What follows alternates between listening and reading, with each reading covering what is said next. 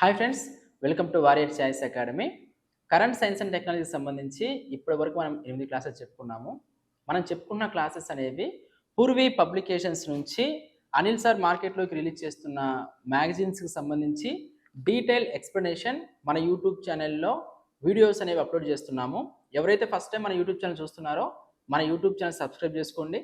అదేవిధంగా ఈ మ్యాగజైన్స్ మీ ఇంటి వద్దకే కావాలి అంటే కింద డిస్క్రిప్షన్లో నెంబర్ ఉంది. ఆ నెంబర్కి మీరు వాట్సాప్లో డీటెయిల్ అడ్రస్ పంపిస్తే మీ ఇంటి వద్దకే ఈ మ్యాగజైన్స్ పంపించడం జరుగుతుంది. ఇప్పటివరకు మనం చెప్పుకున్న 8 వీడియోస్ అనేవి ఫస్ట్ చాప్టర్కి సంబంధించి 5 వీడియోలు చెప్పుకున్నాము. సెకండ్ చాప్టర్కి సంబంధించి 2 వీడియోలు చెప్పుకున్నాము. మూడవ చాప్టర్ మనకి ఎకోసిస్టమ్ అండ్ బయోడైవర్సిటీ, అందులో ఒక వీడియో చెప్పుకున్నాము. దానికి సంబంధించి కంటిన్యూషన్ క్లాస్ ఇది. ఎవరైతే ఫస్ట్ టైం మన యూట్యూబ్ ఛానల్ చూస్తున్నారో ప్రీవియస్ 8 క్లాసెస్ చూడండి. ఆ తర్వాత ఈ వీడియో చూస్తే మీకు దాని యొక్క సీక్వెన్స్ అనేది అర్థమవుతుంది. ఓకేనా? చూడండి, ఇప్పుడు మనము 9వ క్లాస్లో ఉన్నాము. ఈ 9వ క్లాస్లో థర్డ్ చాప్టర్ సంబంధించి మిగిలిన అంశాలు ఏవైతే ఉన్నాయో అవి కంప్లీట్ చేద్దాం. అందులో భాగంగా లాస్ట్ క్లాస్లో నెప్టిస్ ఫిలిరా గురించి, వాసుకి ఇండికస్ గురించి, అశ్వగంధ గురించి, బోట్స్వానా అధ్యక్షుడు 20,000 ఏనుగులను జర్మనీకి ఎగుమతి చేస్తాను అని చెప్పేసి హెచ్చరించడం జరిగింది. ట్రోఫీ హంటింగ్ గురించి మనం చెప్పుకున్నాం. అదేవిధంగా సుఖ్నా వన్యప్రాణుల అభయారణ్యం చుట్టూ ఎకో సెన్సిటివ్ జోన్ ఏర్పాటు చేస్తున్నారు అని మనం చెప్పుకున్నాం. ఈ పాయింట్స్ మనం చెప్పుకున్నాం. ఈ వీడియోలో మిగిలిన టాపిక్స్ ఏవైతే ఉన్నాయో ఈ టాపిక్స్ డీటెయిల్గా ఎక్స్ప్లెయిన్ చేసుకోబోతున్నాం. ఓకేనా? అందులో భాగంగా చూడండి, చీతాల్ మచ్చల జింక, ఇన్వాసివ్ ఎలియన్స్ స్పీసియస్ లక్షణాలు మరియు నియంత్రణ. ఈ చీతాల్ అనేది ఒక మచ్చల జింక. దీనిని అండమాన్ దీవి మనకు రాస్ ఐలాండ్, నేతాజీ సుభాష్ చంద్రబోస్ గారి పేరు పెట్టారు దానికి. ఆ ఐలాండ్లో మనకి బ్రిటిష్ వారు దాన్ని 1920s అలా ప్రవేశపెట్టారు. అయితే ఈ మచ్చల జింకను అక్కడ ప్రవేశపెట్టడం వల్ల అక్కడ ఉన్నటువంటి గడ్డిని అవన్నీ ఇది ఎక్కువగా తినేస్తుంది. స్థానికంగా ఆ ప్రాంతానికి, ఆ ప్రాంత పర్యావరణానికి నష్టాన్ని చేకూరుస్తుంది. కాబట్టి వీటి యొక్క జనాభాను నిర్వహించే విధానంలో సహాయం చేయాలి అని వైల్డ్ లైఫ్ ఆఫ్ ఇండియాకి అండమాన్ నికోబార్ దీవుల పరిపాలన విభాగం రిక్వెస్ట్ చేసింది. ఈ నేపథ్యంలో కొత్త జీవులు వేరే ప్రాంతానికి వెళితే ఆ ప్రాంతంలో ఉన్నటువంటి జీవ వైవిధ్యం దెబ్బతినడం కానివ్వండి, ఆ ప్రాంతంలో ఆల్రెడీ స్థానికంగా ఉన్నటువంటి జాతులు విలుప్తత అంటే అంతరించిపోయే స్థితి అనేది జరుగుతుంది. కాబట్టి అసలుకు జీవ వైవిధ్యానికి సంబంధించిన లక్షణాలు ఇప్పుడు మనం చెప్పుకుంటున్నాం. ఏంటంటే జీవ వైవిధ్యము ఎక్కువగా నష్టపోవడానికి ఆవరణ నష్టం అనేది ఎంత కారణమో, ఆవరణాలు ధ్వంసం కావడం ఇలాంటివి అభివృద్ధి పేరుతోటి, కొత్త జాతుల ప్రవేశం అనేది కూడా అంతే కారణం. ఒక ప్రాంతంలో ఇప్పుడు మీకు ఎగ్జాంపుల్ అర్థం కావాలి అంటే, మనకు పావురాలు ఎక్కువ రాబట్టి లోకల్గా ఉండే కాకులు అనేవి కనిపించకుండా పోయాయి. అదేవిధంగా కలుపు మొక్కలు ఎక్కువగా పెరిగిపోతూ ఉంటాయి. మనకు పార్థినియం అని, ఓకేనా, అనేక కలుపు మొక్కలు రావడం ఇలాంటివి మనం చూస్తూ ఉన్నాం. దీని వలన కొత్త జాతులు అనేవి ఉద్దేశపూర్వకంగా కానివ్వండి, ప్రమాదవశాత్తు కానివ్వండి, కావాలని ప్రవేశపెట్టినా లేదా ప్రమాదవశాత్తు వచ్చినా స్థానికంగా ఉండే జాతి అనేది నష్టపోవడం జరుగుతుంది. ఇప్పుడు మనకి ఈ పాయింట్ ఏంటంటే, చీతాల్ అనేది ఒక మచ్చల జింక. ఈ మచ్చల జింకను అండమాన్ దీవిలో బ్రిటిష్ వారి పరిపాలనా కాలంలో ప్రవేశపెట్టారు. ఇప్పుడు దానివల్ల ఆ ప్రాంత పర్యావరణానికి దెబ్బ కలుగుతున్నట్లు వైల్డ్ లైఫ్ ఆఫ్ ఇండియాకి అండమాన్ పరిపాలనా విభాగము ఒక లెటర్ రాయడం జరిగింది. సో మనము ఈ చీతాలతో పాటు వన్యప్రాణులకు సంబంధించిన అంశం మనం చెప్పుకోబోతున్నాం. ఏంటంటే అండమాన్లోని అటవీ విస్తీర్ణంలో ఇన్వాసివ్ చీతాల్ అంటే ఇక్కడ నుంచి అక్కడికి తీసుకుని పోయి ప్రవేశపెట్టాం కాబట్టి, ప్రధాన భారతీయ భూభాగం నుంచి అండమాన్ దీవిలో ప్రవేశపెట్టాం కాబట్టి ఇది అక్కడ నాన్ లోకల్ అవుతుంది. ఈ అక్కడి వృక్ష సంపదను తినేస్తున్నందున ఈ ఆక్రమణకు గురైన ఇన్వాసివ్ అలియన్స్ స్పీసియస్ లక్షణాల గురించి మనం ఇప్పుడు తెలుసుకోబోతున్నాం. రాస్ రాస్ ద్వీపము అనేది మనకు అండమాన్ నికోబార్ దీవుల్లో ఉంది. ఈ రాస్ ద్వీపానికి నేతాజీ సుభాష్ చంద్రబోస్ గారు పేరు కూడా పెట్టారు. ఈ చీతాల్ జనాభాను నిర్వహించేందుకు అండమాన్ నికోబార్ దీవుల పరిపాలనా విభాగం ఇటీవల wild life institute of India నుండి సహాయం కోరింది. మనం చూసుకుంటే ఈ చీతాల్ ఈ రాస్ ఐలాండ్లోకి ఎలా వెళ్ళింది? బ్రిటిష్ వారు ఫస్ట్లో ప్రవేశపెట్టారు. ఇన్వాసివ్ అలియన్ స్పీసియస్ అంటే ఏంటి? ఐయుసిఎన్ అంటే మనకు international union for conservation of nature and natural resources.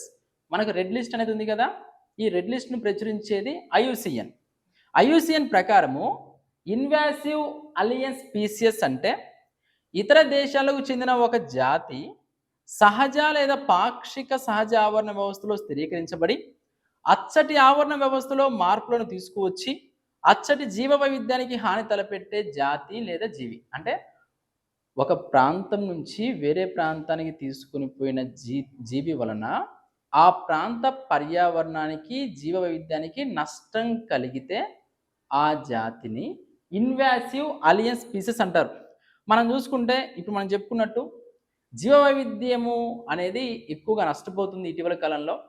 అందుకు ఆవాసాల విధ్వంసం, ఈ కొత్త జాతుల ప్రవేశం, కాలుష్యం, వాతావరణ మార్పులు ఇలాంటివన్నీ ప్రధాన కారణాలు. దీంతో పాటు ఇన్వాసివ్ స్పీసియస్ స్పెషలిస్ట్ గ్రూప్స్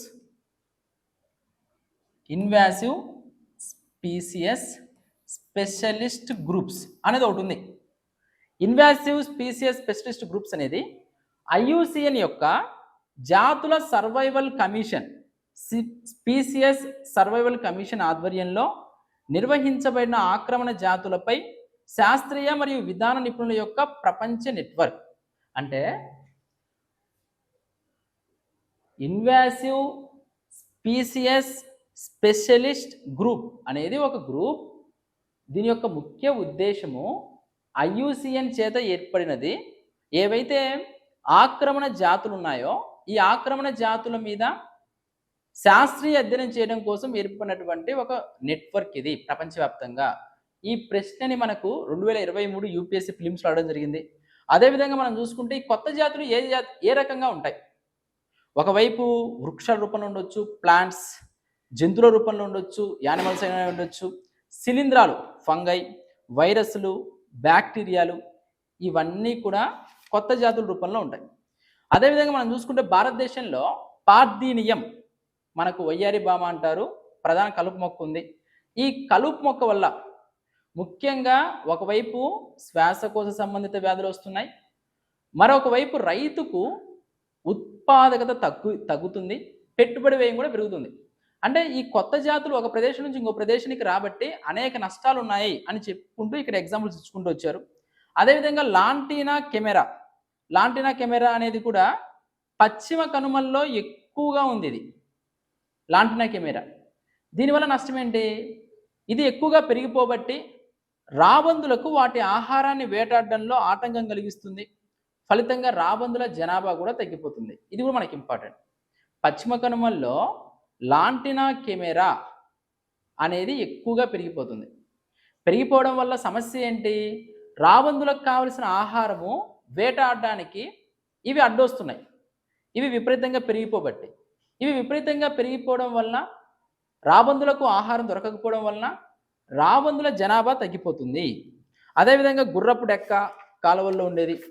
ఇక్కడ మనం చూసుకుంటే ఒకసారి చూడండి, ఇవన్నీ ఇదే మనకు చీతాల్, మచ్చల జింక. ఇన్వాసివ్ చీతాల్ థ్రెటనింగ్ అండమాన్ పర్యావరణానికి, జీవ వైవిధ్యానికి ఇది నష్టం కలిగిస్తుంది. చీతాల్ ఇన్వాసివ్ స్పీసియస్ ఆఫ్ రోస్ ఐలాండ్లో మనకు చెప్పుకున్నాం కదా, నేతాజీ సుభాష్ చంద్రబోస్ ద్వీపంలో ఇది ఉంది అని. ఆ తర్వాత ఇన్వాసివ్ స్పీసియస్ అలియన్స్ గురించి ఇప్పుడు మనం చెప్పుకుంటున్నాం కదా, ఆ అంశాలు ఇవన్నీ. తర్వాత ఇన్వాసివ్ స్పీసియస్ స్పెషలిస్ట్ గ్రూప్, ఐయుసిఎన్ చేత ఇది ఏర్పడింది. ఏవైతే ఈ ఇన్వాసివ్ స్పీసియస్ ఉన్నాయో వాటి మీద పూర్తి స్థాయిలో శాస్త్రీయ అధ్యయనం చేయడం కోసం ఏర్పడినదే ఇన్వాసివ్ స్పీసియస్ స్పెషలిస్ట్ గ్రూప్. ఇదిగోండి మనం చెప్పుకున్నాం కదా, పార్థీనియం, వయ్యారి బామ్ అంటారు కదా, మన ఊర్లలో ప్రతి చోట ఉంటుంది ఇది. తర్వాత లాంటేనా కెమెరా, ఇదే మనకు రాబందుల జనాభా తగ్గిపోవడానికి ప్రధాన కారణం ఇదే. ఆ తర్వాత మళ్ళీ మనం చూసుకుంటే ఆక్రమణ జాతులు ఎక్కువగా వ్యాప్తి చెందడము. అదేవిధంగా ఈ ఆక్రమణ జాతులు ఎలా ఉంటాయి? వాటి యొక్క విత్తనాలు అడవి మంటలను సైతం తట్టుకునే విధంగా ఉండి, వాటి జనాభా, వాటి యొక్క విస్తృతి, వాటి యొక్క వ్యాప్తి పెరిగే విధంగా ఎక్కువగా ఉంటున్నాయి. అదేవిధంగా బయోడైవర్సిటీ మీద ఎలాంటి ఎఫెక్ట్ చూపిస్తుంది? కొత్త జాతులు వస్తే నష్టం ఏంటి అంటే, ఒకవైపు భౌమ ఆవరణ వ్యవస్థ, స్థానిక జాతుల ఆవరణ వ్యవస్థ నష్టపోవడం, ఇవన్నీ జరుగుతూ ఉన్నాయి. మృత్తికా నిర్మాణం మారిపోయి, మృత్తికా ప్రొఫైల్ మారిపోవడం, మృత్తికలో తేమ శాతం తగ్గిపోవడం, దానివల్ల స్థానిక జాతులు అంతరించిపోవడం, ఇవన్నీ కూడా జరుగుతున్నాయి. అదేవిధంగా భారతదేశం విషయానికి వస్తే, భారతదేశంలో ఆక్రమణకు గురైన వన్యప్రాణులకి ఆఫ్రికన్ క్యాట్ ఫిష్ అనేది, అదేవిధంగా మనం చూసుకుంటే రెడ్ ఇయర్డ్ స్లైడర్, చూడండి రెడ్ ఇయర్డ్ స్లైడర్, ఇదే మనకి తాబేలు. ఈ తాబేలు యుఎస్ నుంచి తీసుకొచ్చారనమాట. దీనివల్ల కూడా స్థానిక తాబేళ్ల జాతికి ప్రమాదం ఏర్పడింది. రీసెంట్గా తిరుచి ఎయిర్పోర్ట్లో ఉత్తర అమెరికా నుంచి తీసుకొస్తున్న ఈ తాబేళ్ళని 6,850 తాబేళ్లను కూడా స్వాధీనం చేసుకున్నాడు. రెడ్ ఇయర్డ్ స్లైడర్ అనే తాబేలు. అదేవిధంగా మనం చూసుకుంటే ఇది కూడా మనకి ఇంపార్టెంట్ అండి. ఇది చూడండి, గంబూసియా అఫిలిస్, గంబూసియా హెల్బ్రూకి, ఈ రెండు, ఇవి గంబూసియా అఫిలిస్ మరియు గంబూసియా హెల్బ్రూకి, ఇవి చేపలు. ఎందుకు ఈ చేపలు? దోమ డింబకాలను తినే చేపలు ఇవి. మనం చూసుకుంటే ఏపీ, బీహార్, పంజాబ్, ఏపీ, ఒడిస్సా, పంజాబ్ దోమల బెడద ఎక్కువగా ఉంటుందని చెప్పేసి స్థానికంగా ఉండే కాలువల్లో ప్రవేశపెట్టడానికి గంబూసి హల్బురుకి, గంబూసి అఫిలిస్ అనే వాటిని ప్రవేశపెట్టారు. ఇవి ప్రవేశపెట్టడం వల్ల, ఈ చేపలు ప్రవేశపెట్టడం వల్ల అక్కడున్న స్థానిక జాతులు విలుప్తమయ్యాయి. మనం చూసుకుంటే భారత్లో ఫస్ట్ టైం 1928లోనే ఈ గంబూసి చేపలను బ్రిటిష్ వారు ప్రవేశపెట్టారు. 1928 ఆ టైంలోనే. ఇవి దోమల యొక్క లార్వాను తింటాయి. గంబూసి హెల్బ్రూకి, గంబూసి ఎఫిలిస్. అదేవిధంగా మనం చూసుకుంటే ఈ ఇన్వాసివ్ జాతులు పెరిగిపోతున్నాయి కాబట్టి వాటిని నియంత్రించాలి అంటే కొన్ని ప్రయత్నాలు తీసుకున్నారు. ఒకటి కున్మింగ్ మాంట్రియల్ గ్లోబల్ బయోడైవర్సిటీ. చూడండి, ఇన్వాసివ్ స్పీసియస్ ఏవైతే ఉన్నాయో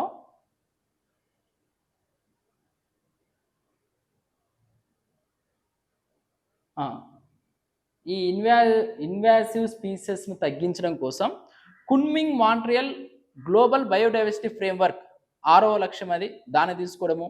గ్లోబల్ ఇన్వాసివ్ స్పీసియస్ ప్రోగ్రామ్, ఇవన్నీ కూడా తీసుకొని రావడం జరిగింది. ఇవన్నీ దేని గురించి చెప్పుకున్నాము? ఇవన్నీ చీతాల్, మచ్చల జింక గురించి చెప్పుకుంటూ ఈ పాయింట్లన్నీ వచ్చాయి. చీతాల్ ఒక మచ్చల జింక, అండమాన్ దీవిలో దీని యొక్క ప్రభావం వల్ల స్థానిక జీవవైవిధ్యము నష్టపోతుంది. అదేవిధంగా కొత్త జాతుల ప్రవేశము జీవవైవిధ్యానికి ఎంతో నష్టానికి గురి చేస్తుంది. దాని యొక్క లక్షణాలు ఏంటి, వాటికి ఎగ్జాంపుల్స్ చెప్పుకుంటూ వచ్చాం. ఓకే, ఆ తర్వాత పులికాట్ పక్షి అభయారణ్యం గురించి ఇచ్చారు. పులికాట్ పక్షి అభయారణ్యం. ఈ పులికాట్ పక్షి అభయారణ్యం అనేది ఎక్కడుంది? పులికాట్ సరస్సు ఉంది కదా, ఇప్పుడు ఇది మనకి తమిళనాడు, ఆంధ్రప్రదేశ్ ఈ సరిహద్దుల్లో ఉంది. రీసెంట్గా తమిళనాడు ఏం చేసింది అంటే, ఈ పులికాట్ పక్షి అభయారణ్యం నుంచి 13 గ్రామాలు డీనోటిఫై చేసింది. అంటే దాని పరిధిలోకి వచ్చే గ్రామాలను తొలగించింది. ఎందుకు తొలగించింది అంటే, అక్కడ ఇప్పుడు ఎకో సెన్సిటివ్ జోన్గా ఉందనుకోండి, అక్కడ ఎలాంటి కార్యకలాపాలు చేపట్టడానికి వీల్లేదు, కొత్త పరిశ్రమ స్థాపించడానికి వీల్లేదు. కాబట్టి వీటి పరిధిని కుదింపజేసి ఒక 13 గ్రామాలను తప్పిస్తూ తమిళనాడు గవర్నమెంట్ డీనోటిఫై చేసింది. చూడండి, దీనికి సంబంధించి ఏమి ఇచ్చారో చూద్దాం. పులికాట్ పక్షుల అభయారణ్యంలోని గణనీయమైన భాగాన్ని డీనోటిఫై చేయాలని తమిళనాడు ప్రభుత్వం పరిశీలిస్తుంది. మొత్తం 13 గ్రామాలలో పట్టా భూమిని మినహాయించే అవకాశం ఉంది. ఈ చర్య 1972 వన్యప్రాణ రక్షణ చట్టం కింద ఒక ప్రక్రియ అనుసరిస్తుంది. ఇది చట్ట విరుద్ధమేం కాదు, చట్టబద్ధంగానే 1972 వన్యప్రాణుల రక్షణ చట్టం కింద దీన్ని తీసుకొచ్చారు. ఇక్కడ మనం చూసుకుంటే దక్షిణ భారతదేశంలో పులికాట్ ప్రసిద్ధ పక్షులకు ఆవాసం. ఎక్కువగా ఫ్లెమింగోలు, వైట్ ఐబిస్, గ్రే పెలికాన్లు, గ్రే హెరాన్లు ఇలాంటివి ఎన్నో కూడా కొంగలు, వీటన్నిటికీ పులికాట్ అనేది ప్రసిద్ధి. చూడండి, Tamil Nadu government has taken steps to denotify the boundaries of the Pulicat bird sanctuary which includes 13 revenue villages. 13 revenue విలేజెస్ని పులికాట్ పక్షి అభయారణ్యం నుంచి మినహాయింపజేస్తూ డీనోటిఫై చేస్తూ తమిళనాడు గవర్నమెంట్ డిసిషన్ తీసుకుంది. దానికి సంబంధించి మనకి ఇక్కడ క్లారిటీ ఇచ్చారనమాట.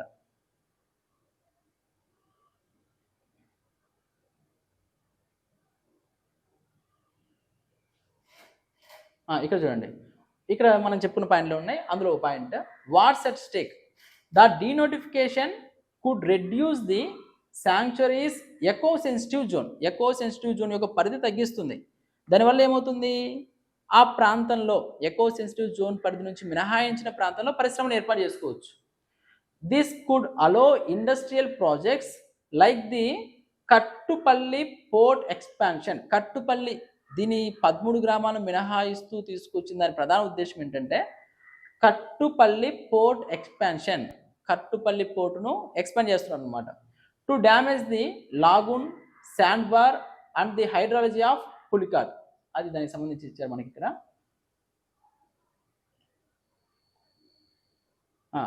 ఈ పులికాట్ బర్డ్ శాంక్చురీ అనేది India's second largest bird sanctuary. అనేక పెలికాన్స్కి, ఫ్లెమింగోస్కి, బర్డ్స్కి ఇది నిలయము అని ఇక్కడ మనం చెప్పుకుంటూ వచ్చారు. తర్వాత మనం చూసుకుంటే ఇదిగోండి ఆ పాయింట్ ఇది పులికాట్ సరస్సు. నెక్స్ట్ నైట్రోప్లాస్ట్. ఏంటి నైట్రోప్లాస్ట్ అనేది?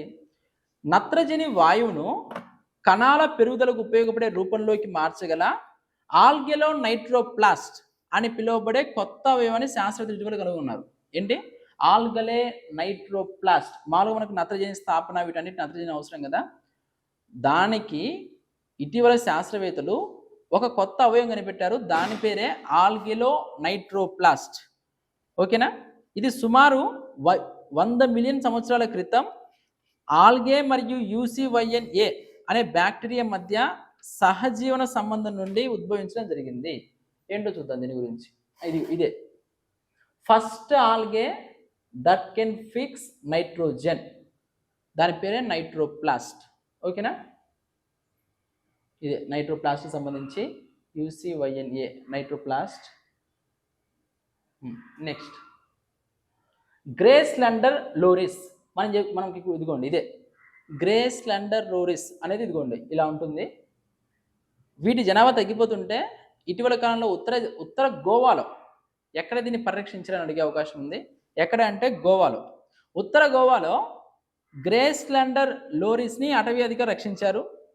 ఇవి ఎక్కువగా ఉష్ణమండల అడవుల్లో భారతదేశం మరియు శ్రీలంకలో ఎక్కువగా ఉంటాయి. ఇవి రాత్రిపూట వేటగాళ్ళు మరియు ఫోరేజర్లు ఎరను గుర్తించడానికి వాడి పెద్ద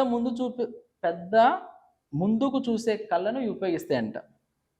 ఇవి ఎక్కువగా చీమలని, చెడ పురుగులని, అదేవిధంగా సాలె పురుగులని, అనేక సకశేరుకాలని ఇవి తింటూ వాటి యొక్క ఆహారంగా అవి ఉంటాయి. అదిగోండి పురుగులు వాటి చేతిలో.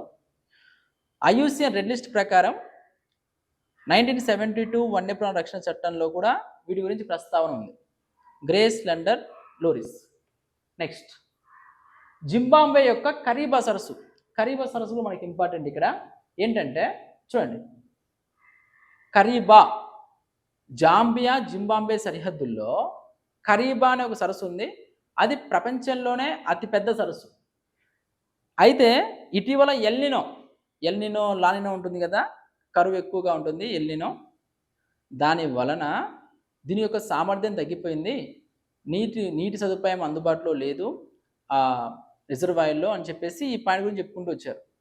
Zimbabwe has the world's largest man made lake and reservoir by volume, lake Kariba. Man made lake ప్రపంచంలోనే అతిపెద్దది కరీబా. అది ఎక్కడుంది అంటే మనకి జింబాబ్వేలో ఉంది. చూడండి దాని గురించి. ఇటీవల ఎల్నినో కరువు జింబాబ్వేలోని కరీబా సరస్సులో నీటి మట్టాలు విపరీతంగా తగ్గించింది. దానివల్ల జింబాబ్వే దాన్ని జాతీయ విపత్తుగా ప్రకటించిందంట. కరీబా వచ్చేసి జింబాబ్వేకి జాంబియాకి మధ్య 1955లో ఈ ఆనకట్ట ద్వారా ఏర్పడిందంట జాంబేజీ నదికి. ప్రపంచంలోనే అతిపెద్ద కృత్రిమ సరస్సు రిజర్వాయర్. నెక్స్ట్ తర్వాత చూడండి, బాబాల్ చెట్లు అని ఉన్నాయి కదా, ఇదే బాబాల్ చెట్లు.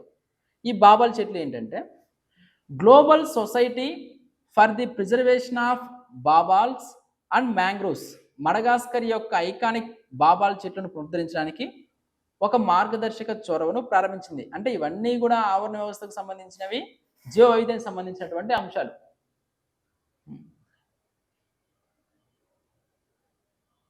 ఇదిగోండి, గ్రూప్స్ స్పెషలైజెస్, తర్వాత ప్యాషన్స్, బాబాస్ ఆఫ్ మడగాస్కర్ సంబంధించింది అది. తర్వాత మనకు లాస్ట్ పాయింట్ ఏంటంటే గ్రేట్ ఇండియన్ బస్టర్డ్ పరిరక్షణ సుప్రీంకోర్టు ఎలా పర్యవేక్షిస్తుంది. మనకు గ్రేట్ ఇండియన్ బస్టర్డ్ ఏదైతే ఉందో, ఈ గ్రేట్ ఇండియన్ బస్టర్డ్ అనేవి రాజస్థాన్ రాష్ట్ర పక్షి. అయితే ఇటీవల పునరుత్పాదక ప్రాజెక్టులు ఏవైతే ఉన్నాయో, ఈ పునరుత్పాదక ప్రాజెక్టుల వల్ల అక్కడ లైన్లు, విద్యుత్ లైన్లు అవన్నీ ఏర్పాటు చేయడం ద్వారా వాటిని ఢీ కొట్టడం వల్ల ఇవి ఎక్కువగా చనిపోతున్నాయి. 200 కంటే ఇండియా మొత్తం మీద తక్కువగా ఉన్నాయి great Indian bustard. Critically endanger సిచ్యువేషన్లో ఉన్నాయి ఐయుసిఎన్ యొక్క రెడ్ డేటా లిస్ట్లో. అయితే మాజీ ఐఏఎస్ ఆఫీసర్ రంజిత్ సిన్హా గారు కోర్టులో కేసేశారు. వీడి జనాభా తగ్గిపోతుంది కాబట్టి ఈ భూగర్భ లైన్ల ద్వారా ఏర్పాటు చేయండి అని చెప్పేసి కేసు వేయడం జరిగింది. కేసు వేసిన తర్వాత ఆల్రెడీ ఏవైతే పోల్స్ ద్వారా విద్యుత్ను ప్రసారం చేస్తున్నారో అక్కడ డైవర్టర్లను పెట్టండి, డైవర్టర్లను పెట్టి వాటికి దూరం నుంచే ఇక్కడ విద్యుత్ లైన్లు ఉన్నాయి అని అర్థమయ్యే విధంగా ఏర్పాటు చేయమని చెప్పింది. ఎట్ ది సేమ్ టైం భూగర్భ లైన్లు ఏవైతే ఉన్నాయో ఈ భూగర్భ స్థాయిలో లైన్లను ఏర్పాటు చేయమని చెప్పింది. ఓకేనా? చూడండి, మనకి ఇది గ్రేట్ ఇండియన్ బస్టర్డ్ అంటే ఇదిగోండి, ఇదే ఎక్కువగా రాజస్థాన్ మరియు గుజరాత్లలో ఉంటాయి great Indian bustard. Great Indian bustard critically endangered సిచ్యువేషన్లో ఉన్నాయి. ఐయుసిఎన్ 2011లో క్రిటికల్లీ ఎండేంజర్డ్ కేటగిరీలో దీన్ని కేటాయించడం జరిగింది. ముఖ్యంగా విద్యుత్ తీగలతో ఢీకొని చనిపోవడం వల్ల ఎక్కువగా చచ్చిపోతున్నాయి. ఎలా చచ్చిపోతున్నాయి? విద్యుత్ తీగలను ఢీకొని చచ్చిపోతున్నాయి. విద్యుత్ తీగలు ఉన్నాయన్న విషయం అక్కడ తెలియదా వీటికి అంటే వీటికి ముందు చూపు కనిపించదంట. అదేవిధంగా మనం చూసుకుంటే జిఐబి అంటే గ్రేట్ ఇండియన్ బస్టర్డ్ కోసం పరిరక్షణ చర్యలు, అదే ప్రాంతంలో పునరుత్పాదక శక్తిని ఉత్పత్తి చేసే ప్రయత్నాల మధ్య అలానే ఇవి చనిపోతున్నాయి కదా అని చెప్పేసి ఆ లైన్లను ఏర్పాటు చేయకుండా ఉండగలమా? ఉండలేం. ఎందుకని? ఆల్రెడీ మనము 2070 నాటికి నెట్ జీరో ఉద్గారాలు సాధించాలి అని చెప్పేసి, 2030 నాటికి సస్టైన్ డెవలప్మెంట్ గోల్ సాధించాలి అని చెప్పేసి మనం ఒక నిబద్ధత కలిగి ఉన్నాం. కాబట్టి మన యొక్క శక్తి ఉత్పాదనలో పునరుత్పాదక శక్తి వనరుల వాటా పెంపొందించాలి. కాబట్టి రెండింటి మధ్య సమన్వయం చేకూర్చడం కోసం సుప్రీంకోర్టు మార్చి 21న 7 సభ్యుల కమిటీని ఏర్పాటు చేయడం జరిగింది. జూన్ 2019లో MK Ranjit Sinha versus union of India case. MK Ranjit Sinha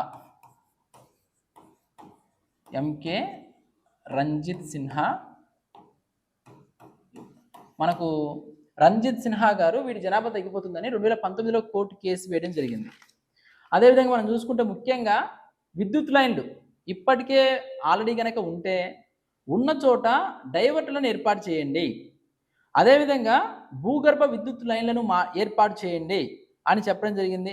వీటికి ఫ్రాంటల్ విజన్ అనేది కనిపించదని చెప్పేసి మనకు దీంట్లో మెన్షన్ చేశారు. వీటితో పాటు మనం చూసుకుంటే new species of cicada discovered in Meghalaya. ఇది మేఘాలయలో బటర్ఫ్లై సికాడా అని పిలువబడే కొత్త జాతి సికాడా కనుక్కున్నారు. ఇది భారతదేశంలో బెక్వర్టిన జాతికి సంబంధించిన మొట్టమొదటి రికార్డు ఇది. మనం చూసుకుంటే గ్రామీణ పట్టణ ప్రాంతాలలో గట్టి చెక్క చెట్లలో ఇవి ఎక్కువగా కనపడతాయి. దీనివల్ల ప్రజలకు కానీ మొక్కలకు కానీ ఎటువంటి నష్టం ఉండదు. చైనా, థాయిలాండ్, వియత్నాం లాంటి దేశాలు కనిపిస్తాయి. బటర్ఫ్లై సికాడా ఏ రాష్ట్రంలో అంటే మనకి మేఘాలయ రాష్ట్రం. ఓకే, ఇవి మనకు సంబంధించినటువంటి అంశాలు. మనకు చెప్పుకునే అంశాలు అనేవి మ్యాగజైన్స్, పూర్వీ పబ్లికేషన్స్ నుంచి చేసిన మ్యాగజైన్స్ అందుబాటులో ఉన్నాయి. వీటికి సంబంధించిన అన్ని టాపిక్స్ను మనం డీటెయిల్గా ఎక్స్ప్లెయిన్ చేసుకుంటూ మన యూట్యూబ్ ఛానల్లో వీడియోస్ అనేవి అప్లోడ్ చేయడం జరుగుతుంది. ఇంకా మన యూట్యూబ్ ఛానల్ ఎవరైనా సబ్స్క్రైబ్ చేసుకోకపోతే మన యూట్యూబ్ ఛానల్ సబ్స్క్రైబ్ చేసుకోండి. ఈ మోడల్ పేపర్స్ అదేవిధంగా మనము మార్కెట్లోకి మోడల్ పేపర్స్ రిలీజ్ చేసాం, పేపర్ 1 మరియు పేపర్ 2. మోడల్ పేపర్స్ కానివ్వండి, మ్యాగజైన్స్ కానివ్వండి, మీ ఇంటి వద్దకే పంపించాలి అంటే కింద డిస్క్రిప్షన్లో నెంబర్ ఉంది. ఆ నెంబర్కి మీరు డీటెయిల్ అడ్రస్ పంపిస్తే మ్యాగజైన్స్, మోడల్ పేపర్స్ మీ ఇంటి వద్దకే పంపించడం జరుగుతుంది. Thank you very much.